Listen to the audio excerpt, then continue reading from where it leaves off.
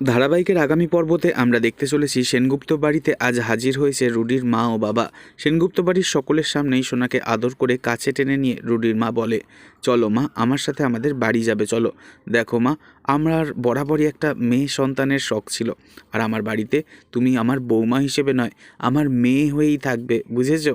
এ কথা শুনে সূর্য ও দীপা চিন্তায় পড়ে গেলে তখন রুডির মা বলে, ডক্টর সেনগুপ্ত দেখুন, আজ এই মুহূর্তে আমি কিন্তু কোনো লয়ার হিসেবে এই বাড়িতে আসিনি।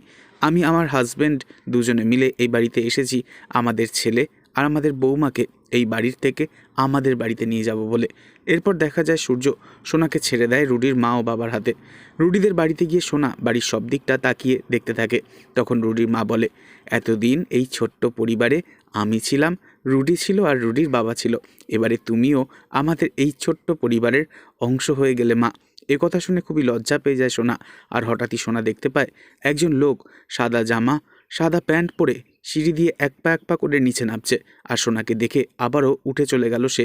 সোনা তাকে মুখটা দেখতে পায় না, তবে সে আর কেউ না, সে হলো শ্রীকুমার। সোনা রুডির মাকে বলে ওঠে, আর উনিকে? তখন ঘাবড়ে গিয়ে রুডির মা বলে ওঠে, কই, ওখানে কেউ নেই। কিন্তু না, সোনার মনে সন্দেহ হয় আর সোনা তাকে খুঁজতে থাকে। তবে কি সূর্য ও দীপা পারবে রুডিদের বাড়িতে এসে শ্রীকুমার এবং তার পরিবারের হাত থেকে সোনাকে উদ্ধার করে সেনগুপ্ত বাড়িতে ফেরাতে? নাকি সোনাকে উদ্ধার করার কোনো প্রয়োজনই নেই? সোনা খুব বাজে ব্যবহার করেছে সকলের সাথে। অবশ্যই কমেন্টে জানাবেন, আর নেক্সট আপডেটের জন্য আমাদের সঙ্গেই থাকবেন। ধন্যবাদ।